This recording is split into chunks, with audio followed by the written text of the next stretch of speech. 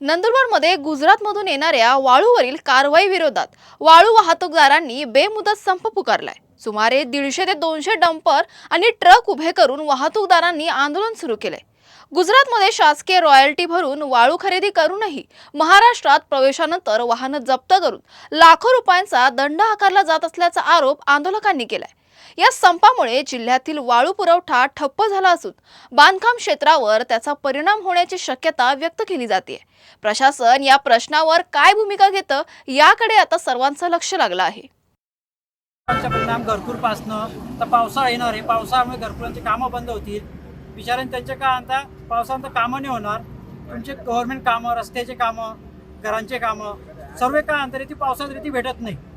तरी तुम्ही काय आम्ही सुशिक्षित बेरोजगार आहे, आम्ही फायनान्सच्या गाड्या घेतलेल्या आहेत, तरी गव्हर्नमेंटने आमचा विचार करावा की आम्ही चोर नाही आहेत। आम्ही गुजरात गव्हर्नमेंटला पैसे भरून रॉयल्टी भरून आम्ही GST भरून, तो सुप्रीम कोर्टचे आदेश आहे की भारतात 500 किलोमीटरपर्यंत तुम्ही कुठेही माल घेऊन जाऊ शकता। तरी आम्हाला इथं अडवणूक होते। तुम्ही जी रॉयल्टी आम्ही भरायला तयार आहे, तुम्ही एवढी आम्हाला मदत करा, एवढीच आमची विनंती आहे। आम्ही कोणत्याच गाडीवाला अधिकारी त्रास देत नाही, आम्ही रिसर गव्हर्नमेंटचा टॅक्स भरून गाड्या हे करतो, तरी आम्हाला 3-3 लाख रुपये दंड आहे।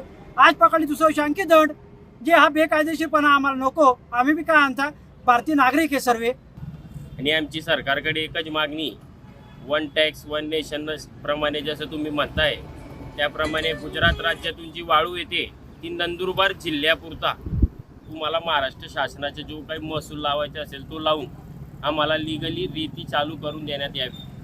आम्ही शासनाच्या या कंटाळलो आहे।